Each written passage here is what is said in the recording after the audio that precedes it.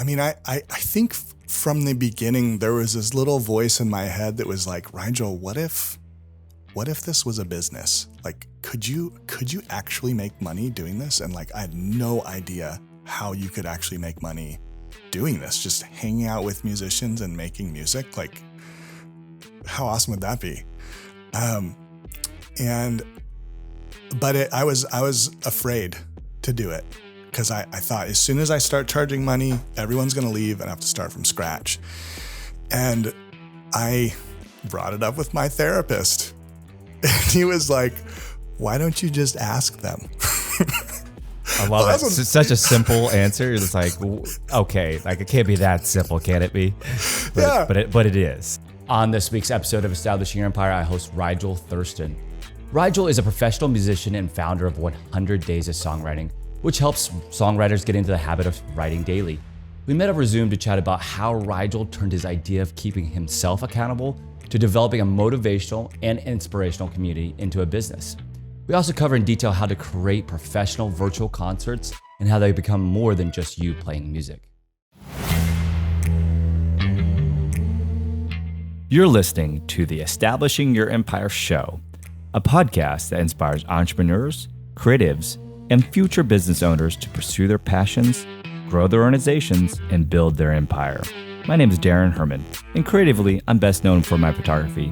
But business-wise, my claim to fame is growing a company from $15K per month in online sales to breaking the $1 million a month barrier.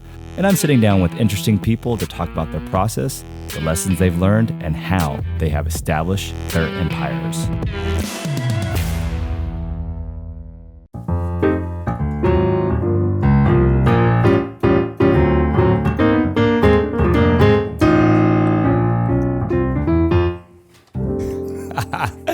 I love it. Well, I have Rigel here on the podcast. Thank you so much for joining. So Rigel, you're obviously a musician, I would assume, at least with those piano skills. So why don't you give us a little story about your name? Because a lot of it's a unique name. And I know I know this story, but I think it's probably a good, embarrassing start to the podcast. Yeah, this is great. So most people, they ask me if I'm Native American with the name Rigel, and I say no.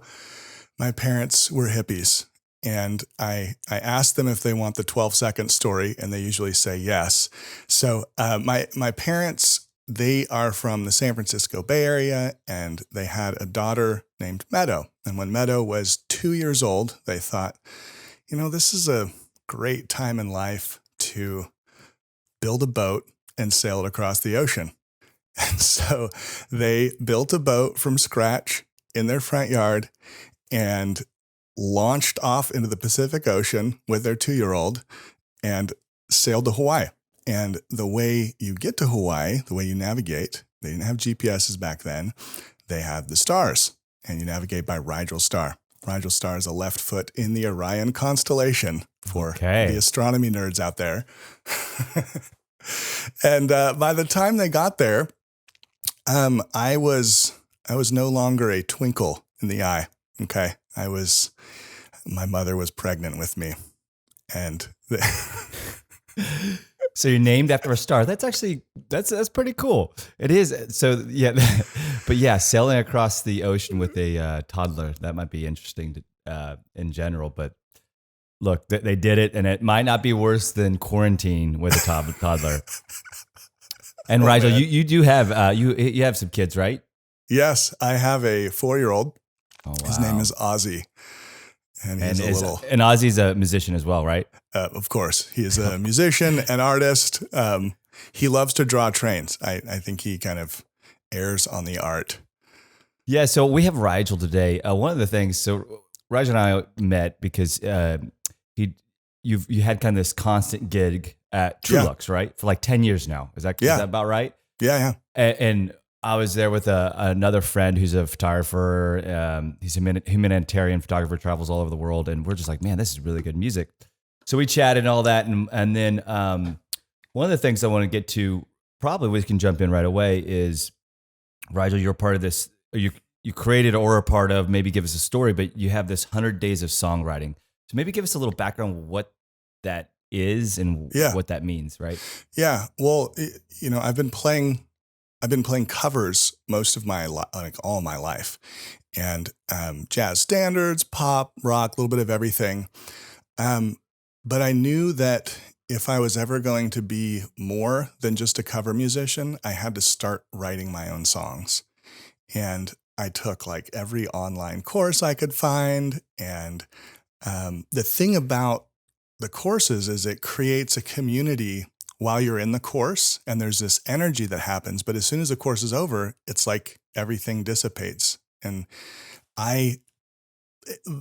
every teacher would tell me, like, the only way you're going to actually get better at this is if you write all the time. And I did not want to hear that, because I just wanted to learn the right thing and then be a great songwriter. Yeah, just tell me the 6-minute abs. I don't want to do abs for an hour every day. Just 6 minutes, one time. Exactly. So it was actually, I was reading a real estate book called The One Thing. And is this idea of like, what if you just gave like a C+ effort on one thing for a large portion of time, 100 days. And I was like, wow, if I could just, like, the one thing that would make the biggest difference in my life right now is if I had a habit of writing songs, because I start and then I get discouraged and I hate what I'm writing, and then I watch Netflix and eat potato chips, and then like 6 months go by and I still haven't written a song.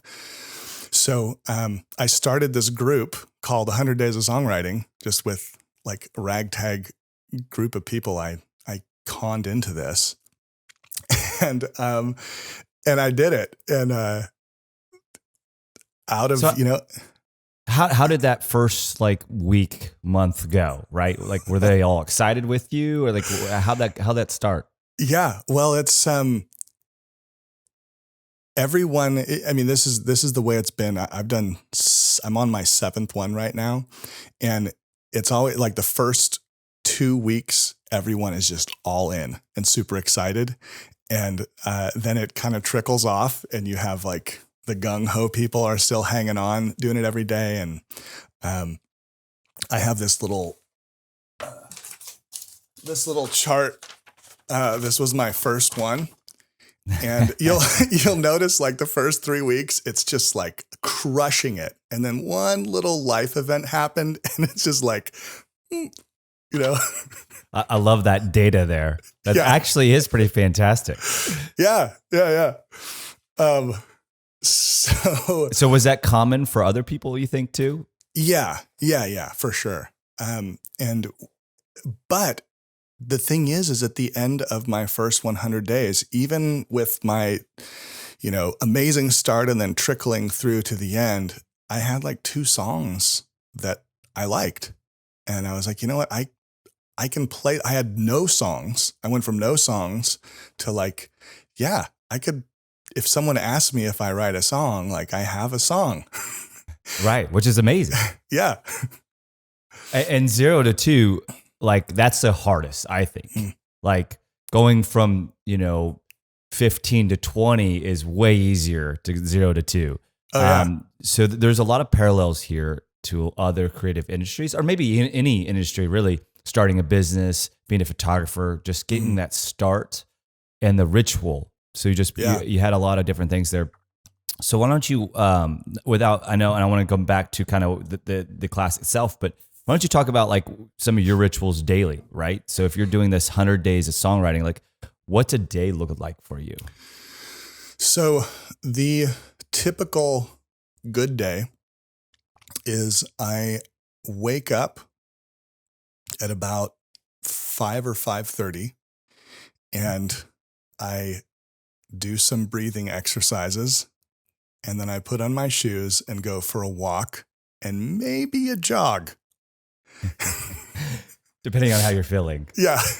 And then I get back and I do my songwriting for the day. Because if I don't do it first thing in the morning, like the chances that it's going to get done are just exponentially go down. Because as soon as my 4-year-old walks in at like 6 or 6:30, it's my day is now consumed with 4-year-old business.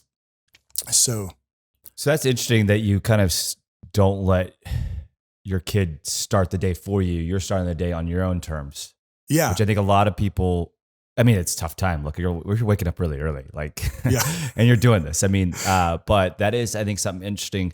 I think that a lot of us let external, whether it's your kid or, emails or checking your phone and missing text messages or whatever. I think a lot of people let their day start them as opposed to them starting the day on their own terms. So it's pretty interesting. Yeah. And something else that I discovered is that time of morning is also like, it's before my editor wakes up. And so if I can tap into some of that kind of raw, creative, unconscious energy, I can get stuff on paper or just get stuff out that I wouldn't normally have access to once my editor's like ready to jump in and be like, and do you think that the walk/jog is a little bit meditative for you in the mornings? Yeah, it can be. Depending on what I need to do, sometimes I'm like listening to a podcast. Sometimes I am just like in the moment, breathing, appreciating nature. Sure. And then, so for the rest of the day, do you kind of tackle any other songwriting stuff, or is it just, hey, look, I'm gonna go, do work and go back to your normal day? Yeah. Well, so my personal rule. So the part of the 100 Days of Songwriting is everyone comes up with their own rule. It's not about writing an amazing song or a song a day. That's insane. It's about doing some tiny little thing every day. And so my first rule was like 4 bars of music or a lyric section, but I could spend 4 hours on 4 bars of music, like retaking vocals, tweaking compression, reverb, all this stuff. And so I decided to make it and that doesn't work in like a family and a marriage. So I, a discussion with my wife, and I was like, look, I'll do 20 minutes a day. And it works because like I can do some free writing in that 20 minutes. I can whip out a melody. If I'm lucky, I'll get an hour and I can do a song. But if I can do my 20 minutes, I will sleep well at night. I was coming to my point. What was your question again? What what throughout the day, like what else is there any other, so you in the morning you've done some stuff, but is there anything else that happens daily for you? Yeah. Right. So if I do my creative work kind of first thing, it percolates throughout the day. Like if I'm driving around, I'll have song ideas. I'm like recording stuff on my, iPhone. I'm dictating text to my notepad. So it kind of like the whole day becomes a little bit of a creative outlet. And do you think that's, if you didn't start the day with starting creatively, do you think that would be difficult for you to continue creative throughout the day? Yeah. And it's hard because I want to answer emails first, and like whatever that urgent thing is, it's like, you need to do this, but it's usually like in the grand scheme of things, not that important. And this is the important thing, but it's so hard. And yes, if I answer emails first, like my whole day is about responding to people instead of like acting from this place of creative power. Right. I love it. So tell me more about the 100 Days of Songwriting. Like, so, okay, you guys got started, you had a couple people, things were rolling around for 2 weeks, was exciting. And then you kind of had a little blimp. Some other people had blimps.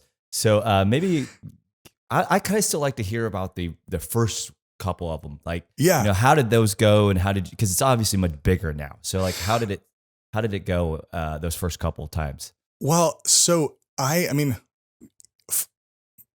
it started out just as like a thing for me. I was really just like conning people in to keep me accountable, but I didn't want like the kind of accountability that's like, I'm going to hold your feet to the fire and we're going to crush this 100 days. I wanted like that gentle, hey, we're all posting our work and we're encouraging each other by showing each other what we're doing. But one of my friends was, he's a classical piano teacher. And I was like, you want to do this, Graham? And he was like, no, I don't write songs. And I was like, come on, you can do it.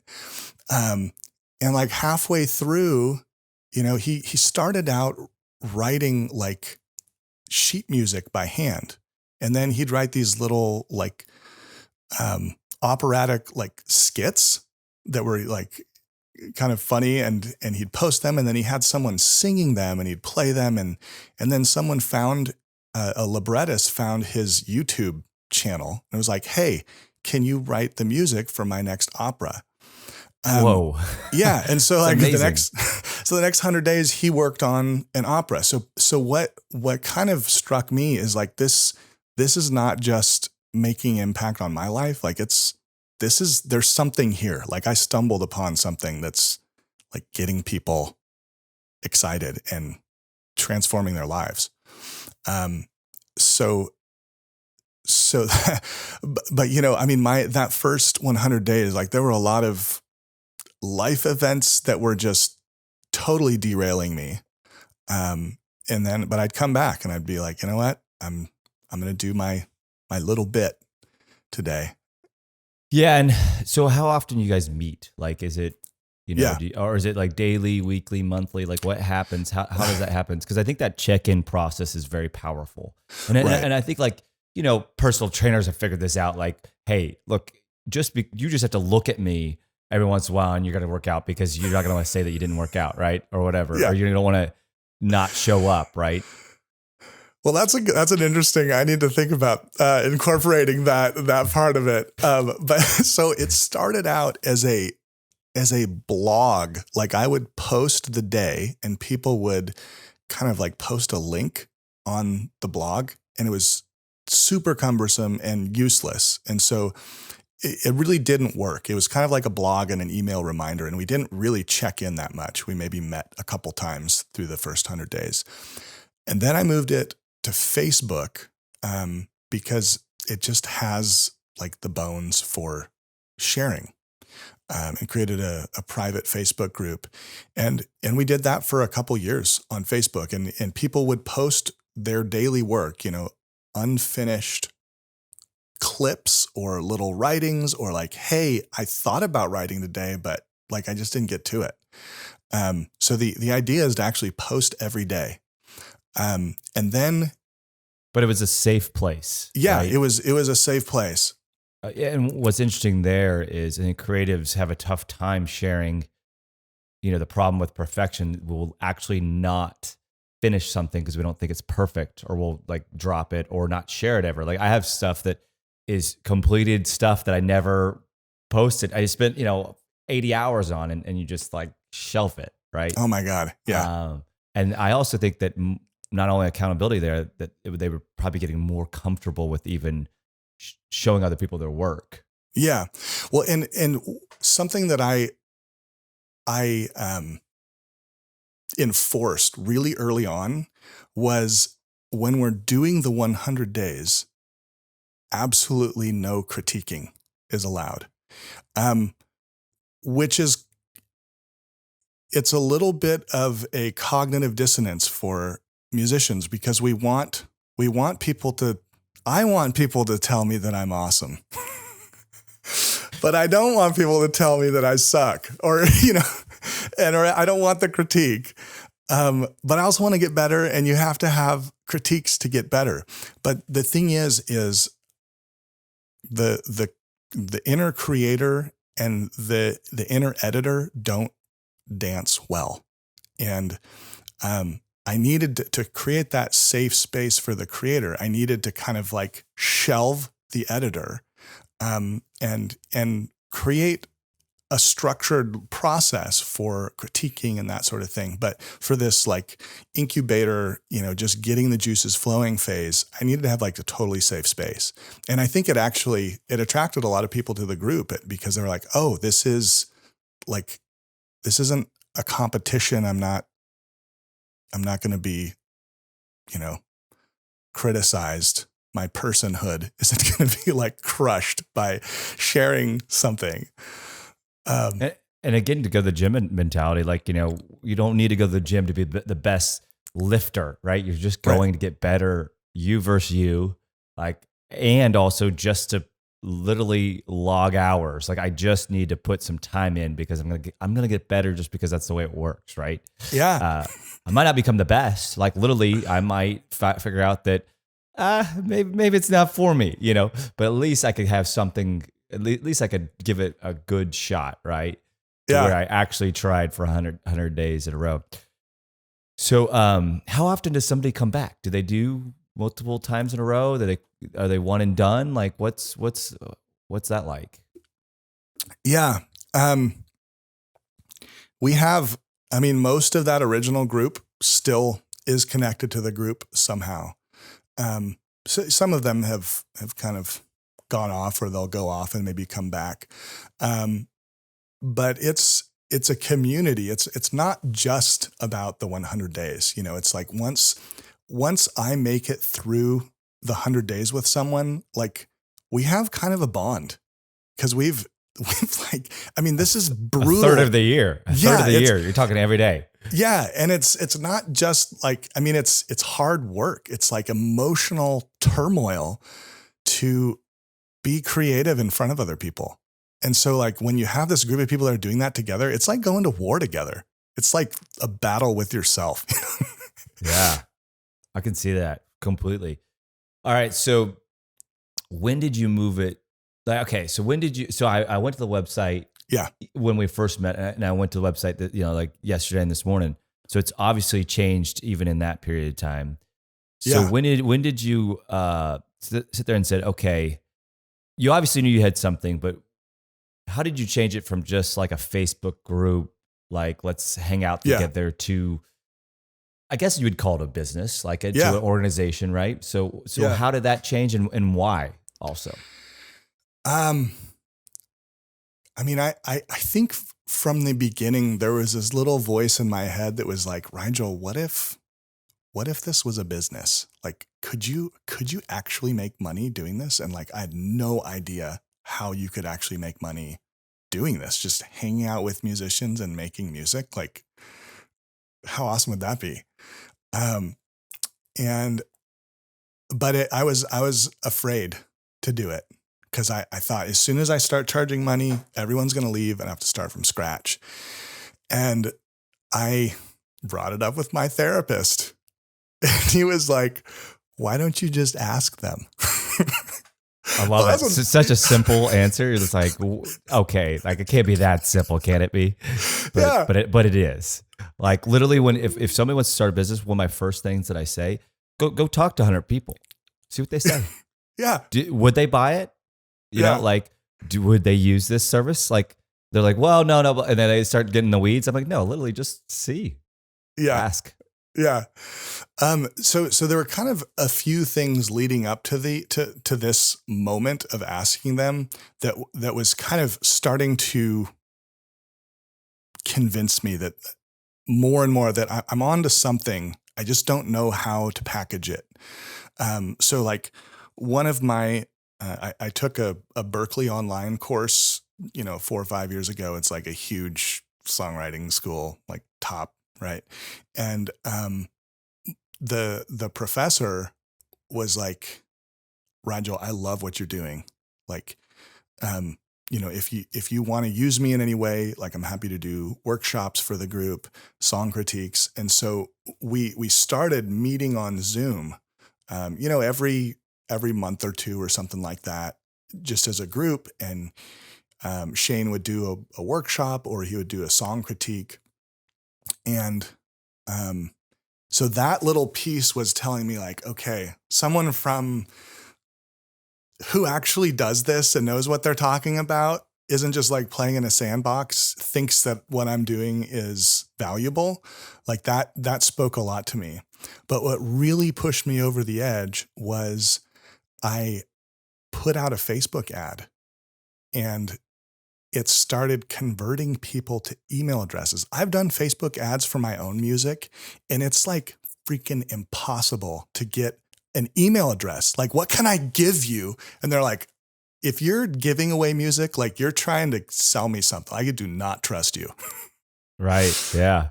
So I started getting like inexpensive email conversions from this Facebook ad. And I was like, whoa, this is like, I'm growing an email list and people are doing it. You know, they're converting to my email list and then they're signing up to the Facebook group. And I was finally like, I really want to do more with this group, but I can't justify putting in more time. Like I can't justify it with my family and, you know, be married and do this and do music full time and, you know, teach and all this stuff. And so I just asked the group, I was like, hey, what would you think if I just charged like $5 a month for a subscription service? And they're like, of course, like that's so worth it. And I had a lot of people tell me afterwards, like, I think that's too little. Right. Because we do put a value. So if you say it's $5, we might only value it $5. Yeah. So to me, I actually think that something like this, that there should be the 1-to-1 option that's like literally like $1,000 a month. But it's not because one, you're going to give the value back of 1,000 and that's worth something different to everyone. But the accountability, or maybe like every day they miss, like, or if it's $1,000, but literally they get their whole money back if they did every 100 days, right? Every day they miss, like it's almost like they get charged money as well. You know, just get them on the hook, right? Yeah. But I love it. So you're going along. You got some people on board. Everybody's like, sure, let's do it. And so, but a lot of people stop here, right? And I don't know if you had a pause period of time to where even if people said yes, I'll pay $5. How did you pull that trigger and what did you do?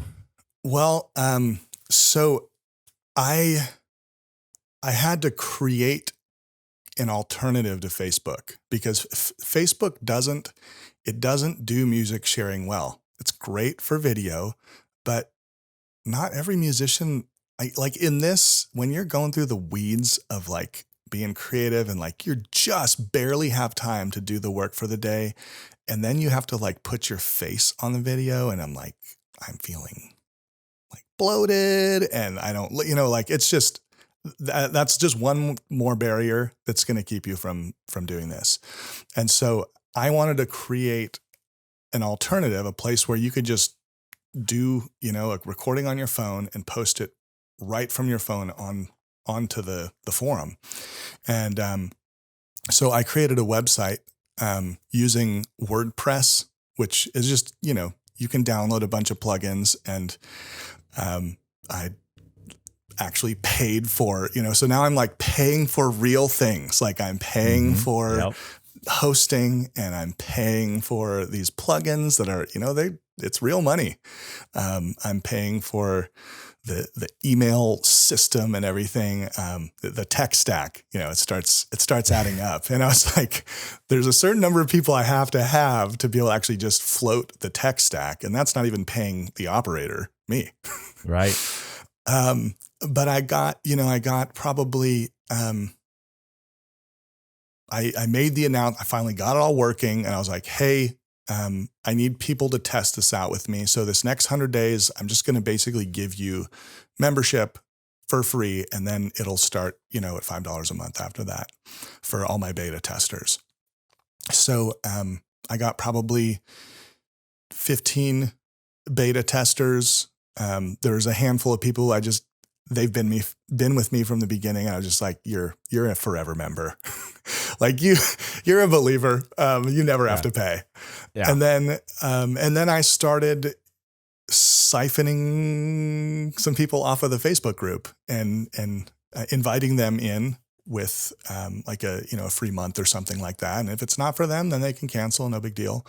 And so that was last August of 2019 is when I launched. And then we started our 100 days in September. And, you know, we had probably 40 people inside the membership, some of them paying, some of them on like a trial basis, and some of them free. I love it. So we went from like this need for you to be held accountable yourself to other people getting value. Mm-hmm. Then you sit there and said, okay, let's make a group. So we have create a community. Mm-hmm. And then now you say, okay, well, let's make this a business, an organization. And the thing about a business is, you need fuel, which is money, right? Mm-hmm. If you want to make this more legit, or what could have happened is a Facebook group could have got bigger and bigger and bigger, then how do you manage that, right? And without fuel, that's very difficult to manage. So what do you think your conversion rate of getting somebody in to the weekly trial to actually converting them, is that, I don't know if you had enough data yet, but like, is that pretty strong, or is that like a lot of people fall out? Yeah, no, it's actually pretty strong. And I'm kind of the data that came in from the first 100 days, I'm just kind of scrapping that because something, I guess I wasn't clear with some people that it would actually start charging in 6 months, but I didn't have, I was clear, but I didn't have a reminder system set up. So they'd be like, hey, what's this charge? And I'm like, oh, I'm so sorry, dude. I'll, credit that back to you.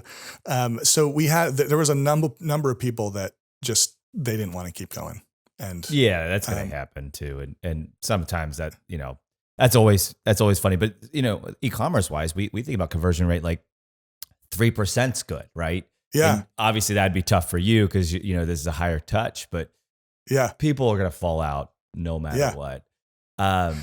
So how do you think, go ahead. Yeah. Well, so there's a couple things that,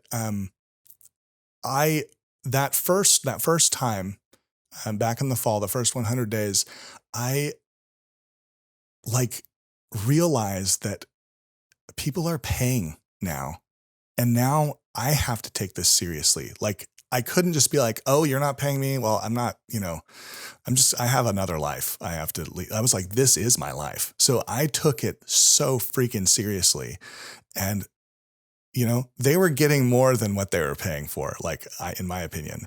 And so I actually ended up raising the price in March, at the start of the new one. So if people joined before the spring 2020, they'd keep that $5 a month rate, and then I bumped it up to $7. And I still think I'm way underpriced. It'll probably keep going up. But anyone who joins in will forever have whatever their rate is, as long as they're a member. Yeah, again, to me, it's also accountability. Like, I think the higher the rate goes, probably the more somebody's going to get out of it. Because, look. Oh, God. Yeah. How do you sell that, time's though? important. How do you sell that? Well, because look, it's a better. Do you want 5,000 people paying you $5, or do you want to deal with 50 people paying you $100? Right.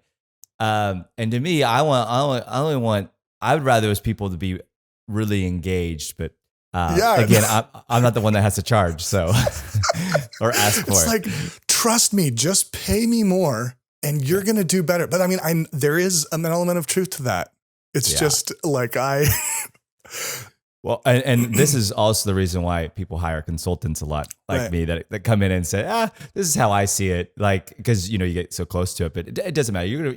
Look, you've already done a 20% increase of your price, and I'm sure your conversion rate didn't change, right? No, it's, people are sticking around, but I think part of this process for me is like coming to understand my own value and like trusting that that's real. Because up until this point, I've just been like, this is the thing that I've been doing for me, and I'm providing this community in a safe space. But how do you put a dollar value on that? I'm not providing like tangible like classes, and this is what you're going to accomplish by the end of this. And maybe I need a little bit more of that. I don't know. One thing that I did do is people were like, they're going through the 100 days and they're like, I need something to do when I don't have anything to write. And so I actually created a workshop that goes alongside the 100 days called How to Crush Writer's Block in 100 Days.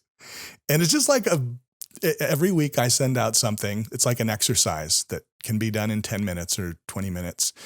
Something that I do when I'm getting stuck. And, it's anywhere from like a free writing type exercise to like some sort of melodic iteration type exercise. Anyways, I'm kind of going on a tangent. No, that's an amazing tangent. So basically you're creating more content. I mean, this is awesome. I just see this, like, I think we're in a moment of time, of course, you're a couple years in and it's growing and growing. Like, I feel like, let's look 5 years out. And maybe this is a good question. Where do you see this in 5 years? Oh man. I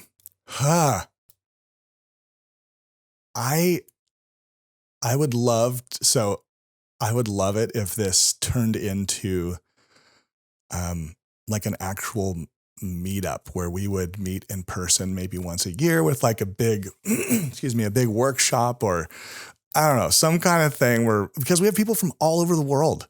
We have people in Australia, New Zealand, UK, Canada, Spain, like everywhere.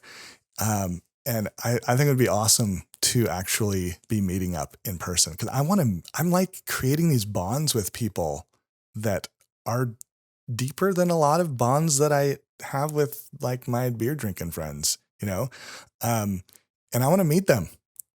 Yeah, that would be really cool. And I bet you could do that. I think that might be easier than, it's obviously would take a lot of work, but yeah, if you did an online conference or I'm not online conference, in-person conference, I think it'd be super fun. Obviously can't do it right now. Yeah. With the whole COVID coronavirus, so your day job's pretty much out, right? Yeah. Yeah. I remember, we went on vacation to New Mexico, like the day that the 100 days started. And it's awesome. We're like off in the mountains and I'm like creative and writing every day. And then we get back and I play like one gig at True Lux and they're like, you need to go home an hour early and we'll let you know about tomorrow if we want you to come in. and you've been there for 10 years and it's yeah, I mean, I saw it coming, they actually held on a lot longer than the other restaurants. They were like, we're waiting until the governor tells us, I don't remember who. Yeah, it was governor. Governor was first. Yeah. Yeah. Like, and so they waited to the last minute and then it was like noon Tuesday, I think was the day they were like, yep, you're not coming in and we're shut down.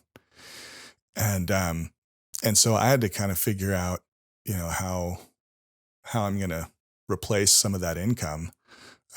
So I decided to just do Zoom concerts. But I was thinking like, this is what I've been training for. Like this is what the last like 3 years, I'm like being together while being apart is like what 100 Days of Songwriting is all about.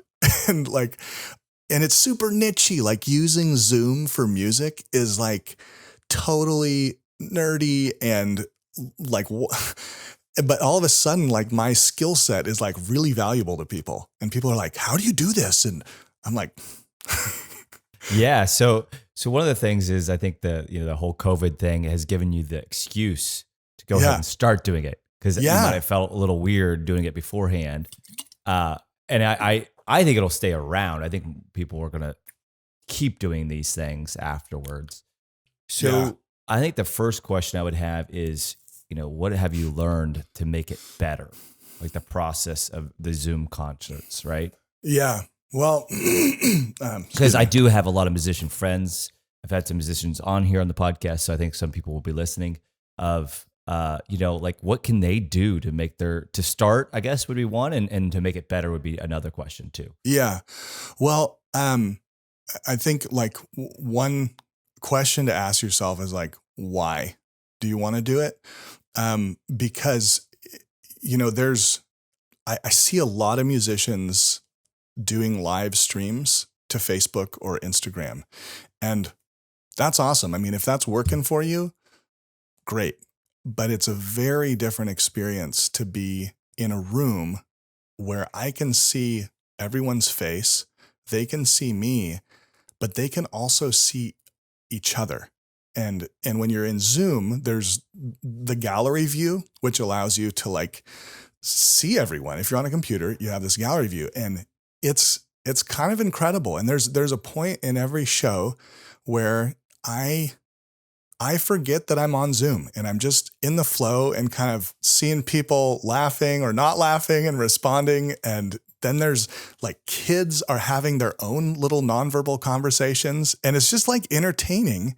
And I think people want to be seen and they want to see other people. It's not just about like entertainment. It's about like creating this space that transcends politics, our beliefs, and musicians have this really unique opportunity to create that space. And if they have like the tech know-how, you can do it with Zoom, and it's pretty fascinating.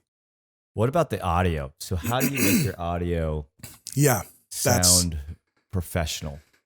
Yeah. So there's always going to be some limitation with Zoom for now, but I wanted to do this like years ago, and I just got stuck because I couldn't figure out how to do it on Zoom. And then I discovered Original Sound, which is this feature. Basically, Zoom is really good at isolating the human voice and cutting out anything that might be competing with it. And so it'll even like listen to the way you type, and machine learning figure that out and start to cut that stuff out. It's listening for all these different sounds that aren't you, which is great for a conference room, but terrible for a piano singer. And so what happens is you'll play the piano and it'll just die. You'll hear it go ding. And it's like, what? How? And it'll start to sound garbled, like you're kind of underwater. And so basically you have to turn off original, or you have to turn on Original Sound to bypass all of that, all that technology that Zoom uses. Yeah. So that's actually just a setting in Zoom. Sounds like it's not a third-party software. You literally just found a little preference setting. Funny. Yeah. But it wasn't like it was buried in these like user settings that you had to have an account. You don't have to have a paid account, but you had to go into your account on the website to allow this setting to be available on your application. Now, so when I first figured this out in March, you could only turn on Original Sound on a computer. But this is huge, okay? For musicians out there, like this is a game changer. You can now turn it on your phone, on your device. And so like from anywhere, you can get that higher quality sound. You're going to hear the air conditioner. You're going to hear a lot of stuff, but you're not going to get this garbled, like jarring experience. Yeah, weird compressed. Yeah. That's amazing. So because I would never even think about that. When I start thinking about audio quality, I'm like, okay, so I'm thinking hardware, right away, and you're like, literally doesn't matter how perfect hardware, Zoom compresses it in a weird way or gets rid of it, or so that's funny. I love it. That's easy because that's free. So what about, what else have you learned? Like, cause I've seen you and you got like multiple camera angles. You got a legit setup. So, without getting like too into the weeds, cause there's so many different ways of doing it. Right. Yeah. Like what's just kind of some in general terms of like what a musician should do to make it more professional. Right. Yeah. Well, I think like if you want to go the one step up from just having Original Sound on your computer or on your phone, you need to, I don't really know about connecting interfaces to a phone. So I think like ideally you would have an audio interface connected to your computer. And the thing is you really want to be on a computer anyways, so you can have that gallery view, because you can see up to 40 people on the screen at the same time. And that's like critical for this type of experience, in my opinion. Otherwise, it'll like flash back and forth, and anyone who's like making a noise is going to get like the camera on them. So I would recommend, really, I mean, because I'm playing my piano I'm using a piano patch on my computer, a virtual piano sound. It's way more complicated for me.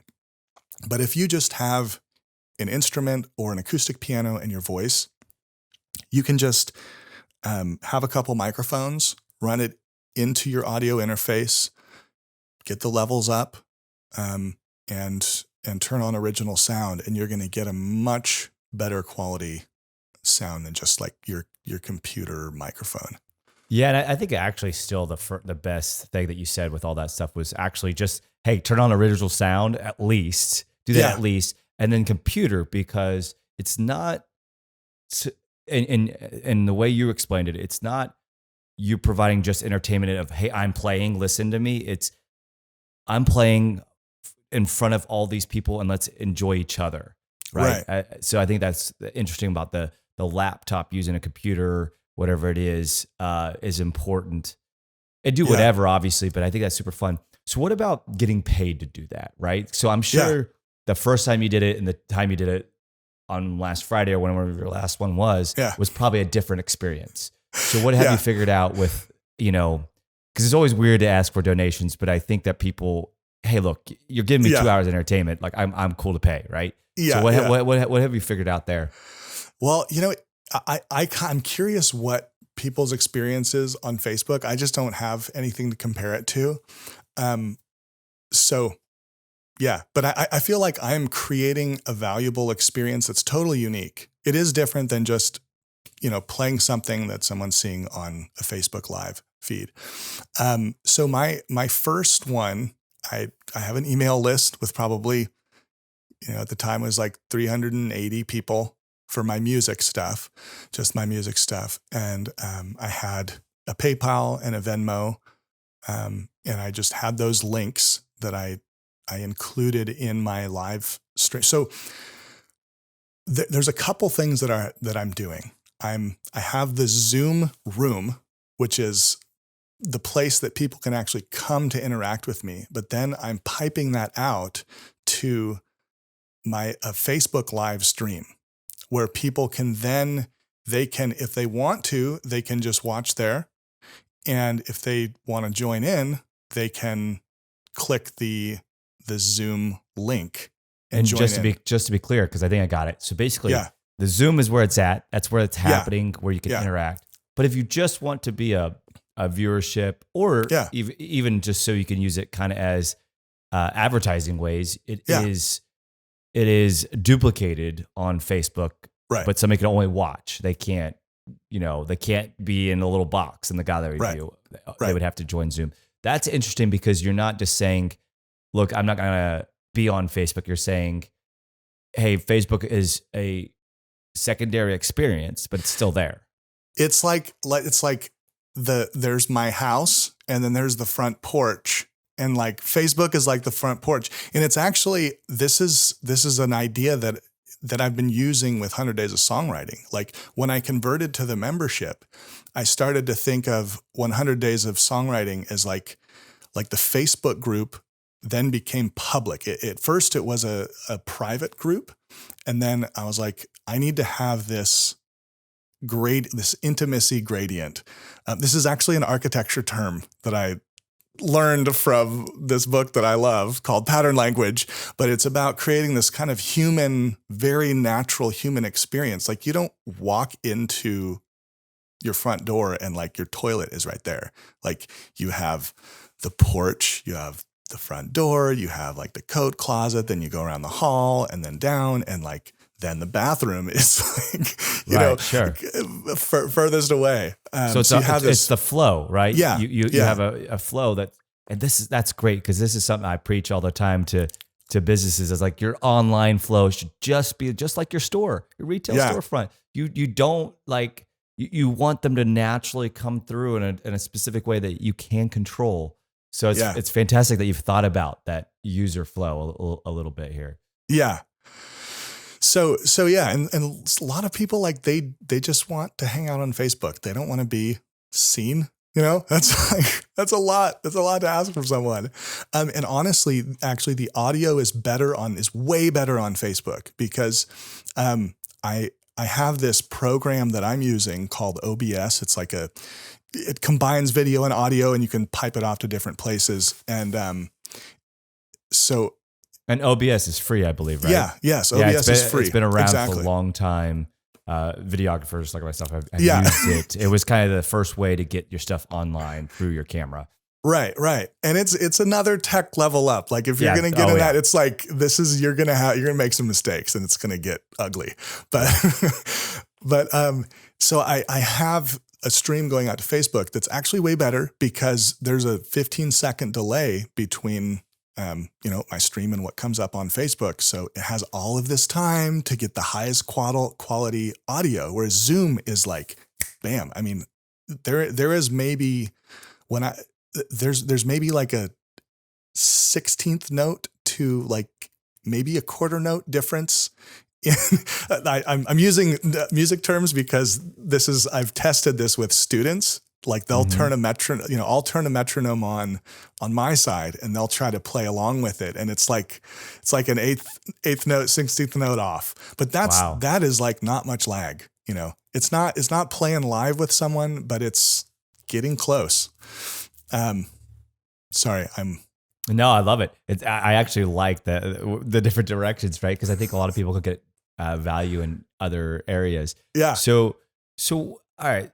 Like besides a good time, community, like, and answer this however you would like, but the amount of money you used to make at your gigs, Trillux versus like what you're bringing in, like, is it anywhere close? Is it somewhat decent? Like, where's that? How successful money wise? Because money is not the only variant, right? But I think it is one that to say how well things are going with it. Yeah. Right? Yeah. Well, I don't want to say what I make at Trulux because I don't think they would want me to say that. Yeah, no, I just meant like percentage wise. Like, is it somewhat close to where it was, or not even close at all? Or it's somewhat close. Wow. So like my first gig that I did was unbelievable. Like I played for 2 hours and I made $1,300. And like, I don't make that on a night at Trulux. Well, it's just amazing that people will pay for a virtual conference and did pay for a virtual concert, right? Not only like would they pay, but they did. Yeah. Well, and a lot of those tips were like my friends that were like, here's the $100, like you're not getting another $100 tip from me, but like, but keep going. Yeah. Like let you don't quit. Yeah. I'm only going to pay you once, but you don't quit. Right. Yeah. And then, I'm making in the kind of 200 to 300 range, on my other like since then it's kind of back down to a more, reasonable, it's not what I'm making, during my Trulux day job, but it's like pretty awesome because so what's happening is like I have this student who lives in Raleigh. I can't even remember how he found me. I think he just became a fan on my music page and he found out that I lost my gig. He's like, hey, I want to take lessons from you. So he started taking lessons, showed up to the happy hour, invited all his neighbors. And then like his neighbors started inviting their neighbors. And so I have this whole like East Coast kind of like thing that's like they'll show up and like my Austin friends aren't showing up, Well, I guess what I was kind of getting to was, so I see it as lead generation, which is fantastic. But most importantly, if somebody's like on the fence whether they should be doing this and they see in other musicians and that yes, you can make money virtually doing this. And also it can have external value, meaning like somebody could sign up for your songwriting course, or they could sign up for personal lessons. Yeah. So that's really what I was going. Whereas it's not just like you're just doing it for fun, which I think is probably good, really good time. Because look, let's face it, being at the home with just hanging out with family all day is great, but it's interesting, Yeah. Well, and speaking of lead generation, I mean, what I tell people is like, if you're going to show up to my Zoom room, you have to register. And once you register, you're going on my email list. And like, the last time I like added people to my music email list was probably 2 years ago. And it's like a lot of work to get people on my music list.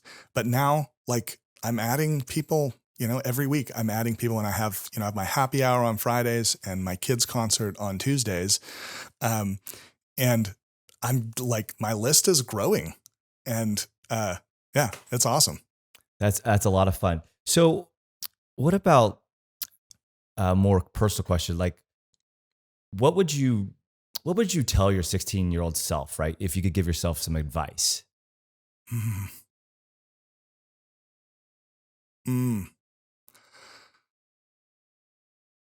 Man, my 16-year-old self was really preoccupied with being credible and stable. I didn't grow up in a family that had like a lot of money, and I was like, I don't want to be, I don't want to turn into my parents. And like, being a flaky musician was not all. I didn't think that being a musician was a real job. But I, like, looking back, I spent 17 years in the real estate business doing something that just didn't like feed me. I mean, there's something exciting about making money in big chunks, but it was like sucking the life out of me. And if I were to talk to my 16-year-old self again, and I know that there were people in my life who told me this, like, find what like brings you alive, and follow that, and it will, like, your brain will make the connection. It will figure it out if you keep at it. And that's what I found with all this music and the 100 Days of Songwriting. Like, 100 Days of Songwriting is so awesome. I can't believe I'm like actually, like, I'm just getting past the tech stack cost, and it's like this, could I really get paid to do this? Like, this dream of just building community and making music. And do you think that if you didn't have all those years in real estate, that you would enjoy what you're doing now as much? I don't know. I don't know if I would. I don't know, because I have this like frame of reference now that is always like, you could always go back and do that, and it's like nowhere near as great as what's going on right now. What, any regrets in life in general? Any regrets? I wish I practiced my scales. I did not practice very much. Such a teacher comment. I know, but I think I would be very in a different place musically if I actually like applied myself in practice. I love it. Yeah. So I did ask you kind of the question of like, where you see yourself in 5 years with the 100 Days of Songwriting, but what about you yourself? Where do you see, it could be 3 years, 5 years, whatever. What does the future hold for you? Yeah. Well, I think something that has emerged through this 100 Days of Songwriting is seeing myself as a teacher, but also as a coach. And kind of like helping people find their own creative spark, and like fanning it and helping them figure out how to fan it themselves. I've been through it. And so like, I know kind of my own roadblocks, but I think I can also help other people as well. But I haven't really believed that I could. So this is this big like process of like, can I really do this? I didn't go to college. I don't have like a degree. I don't have the credentials that qualify me for this stuff. Right. So it's like, I have to convince myself by doing it and getting that feedback. And it's a matter of like getting the feedback and people like actually paying and saying, yeah, you're worth this. So it's like these like micro jumps into the abyss all the time, every freaking day. I love it. So looking back on the 100 Days of Songwriting, what's kind of one of the proudest moments that you've had? Oh man. Honestly, I think one of the proudest moments was a couple weekends ago when I put on an open mic using all of this Zoom stuff that I've dreamed about doing an open mic, like with people all over the world sharing their songs. And I did it. And like, it was awesome. And we're having another one this Sunday. And I'm like, yeah, this is happening. That's so awesome. And again, I think that, some of the positive, I am an optimist, so I do tend to look at the positive side of even these dramatic, horrible events that we're going through on right now. But I think the world's going to be different, right? There's going to be something, the post-COVID is different. So, and me being an online person, like this is literally people are starting to say, okay, I should have gone online earlier, or I should have done online better. How can I do that? So I'm very busy, a bunch of people reaching out to me in that area. And what do you think, for you post-COVID, like, are you going to keep doing these Zoom virtual happy hours, right? Yeah, I think so. I mean, I've always wanted, I've been telling myself this for years. I mean, ever since I was at Trulux, like I would love to just have a gig, where I can do my own stuff and I can just do my own thing and it doesn't matter. And like it's hard to do as a father in like a relationship and a mortgage and all these like adult responsibilities. I have to figure I can't do like I'm going to stay up till 2 a.m. or 4 a.m. doing gigs. Like I can't do that. But I can do things during the day or during happy hour. And this Zoom thing seems to be like working, and I'm connecting with people that I grew up with who are like, man, you should do this all the time, even when this is over. So I'm absolutely positive there's going to be some version of this that continues. Yeah. I hope so. And I think people will still want it. I think the voice in your head might sit there and say, yeah, well, no, that was only during that time period. But, I would disagree and try to fight that voice, right? Yeah. So any mentors? I appreciate that. Yeah. Any mentors along the way? Or a book? You mentioned a couple of books too, if you want to take it in that direction too, or let's see. I feel like I always have some mentors in my life. A lot of it's kind of working through personal stuff. And I've had a friend who's like a communication coach, and he just kind of took me under his wing and like moved the needle forward a little bit for me so I could speak in a way that like connects with who I am and resonates with other people. I read a marketing book recently that really kind of opened my eyes to what's possible with marketing. Like I think when I've always heard the word marketing, I think like people interrupting my life to like sell me crap, And what I've learned from people like Seth Godin and other people is like marketing is about finding out who you are and being like so razor clear about who you are that it hits exactly who it needs to hit, and it doesn't hit anyone else. Like you don't need millions of people. You just need like 1,000 fans, that are like diehard. Yeah, 1,000 true fans. And I always say, and another way, which is the exact way that what you're saying too, I think is marketing is finding your narrative, right? Right. You have to find and you have to, it has to be a very crystal clear narrative. 10 seconds. I gotta already, am I connecting with you or not? Right.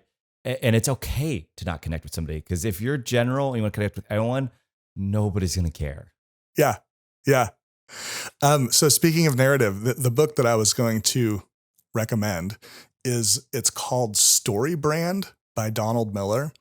And it's kind of using the hero's journey as like the arc of bringing someone into your, whatever you're selling, bringing them in through a story where, and here's the key. I'm not the hero. I'm the guide. They're the hero. And so it's about creating a story where they become the hero, or they're kind of the main character. And I'm just like the helper along the way, helping them. And that's been really helpful. I think that we should take that clip and put it on your website right there. Boom. This is going to be on the 100 Days of Songwriting website. Because I think that's very true. So I think I only have 2 more questions. Yeah. And answer this first one only a yes or no, and feel free to say no.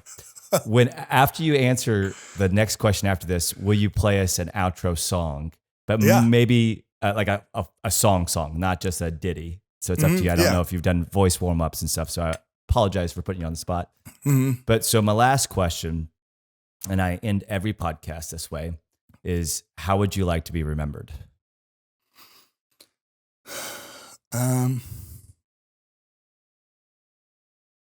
So the mentors that have come into my life,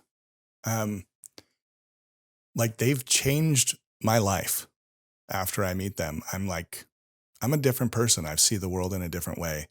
And I hope that I have that effect on other people, that I'm remembered as someone that, like, Rigel, I met Rigel, and then like after that, things were different, And if that, maybe that's a lot to ask, but I hope that I have that effect, and that's how I'm remembered for the positive. No, it sounds fantastic. I completely, that's an amazing way to put it. It's like, that you made a difference in somebody's life, that it actually was a notable difference. Yeah. So what song are you going to play us? Well, actually I was thinking about playing a song that I wrote during the last 100 days. Love it. You can do whatever you want. So okay. the rest of the podcast is yours. I'm flipping it over to you. So now you own it. Yeah. And by the way, thank you so much for being on here. This was fantastic chat. I'm real excited. And we're going to post this here. Today's Monday. We're going to post it on Wednesday. So we're going to push this out. And before you start too, what's the best place for people to find you? RigelThurston.com, RigelThurston.com. Or if you're a songwriter, go to 100daysofsongwriting.com. Love to connect with you there. By the way, Daran, this is my first podcast. There we go. First of many. Yeah, first of many. Good.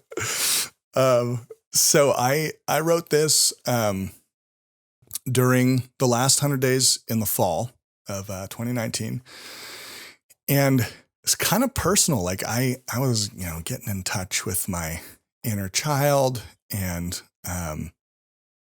it kind of turned into a song directed at my inner child. But then it also, like, when I was 4, I looked exactly like Ozzy. And so it's kind of like directed at him too. And it's this song is for anyone who has an inner child, basically. And it's called Hello, My Child. Let's see. Can you hear my piano? Yep. Well, it should be recording.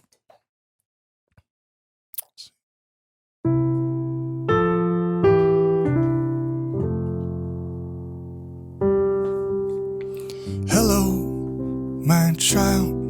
Looks like you're hunting for treasure. Please tell me your name.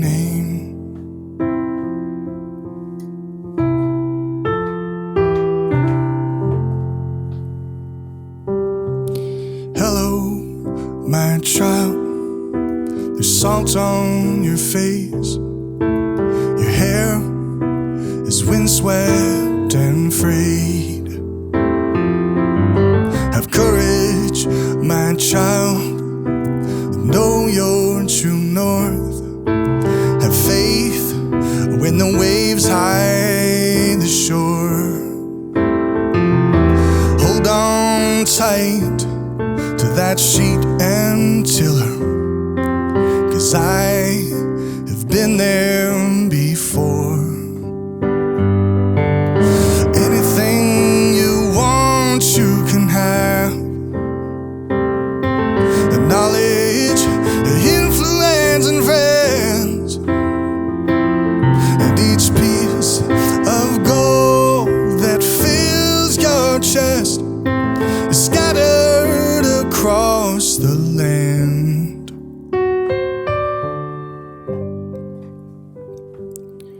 You're not a pirate, my child, and you're not a con. You're not a tyrant or a pawn. I know where you live, in that little blue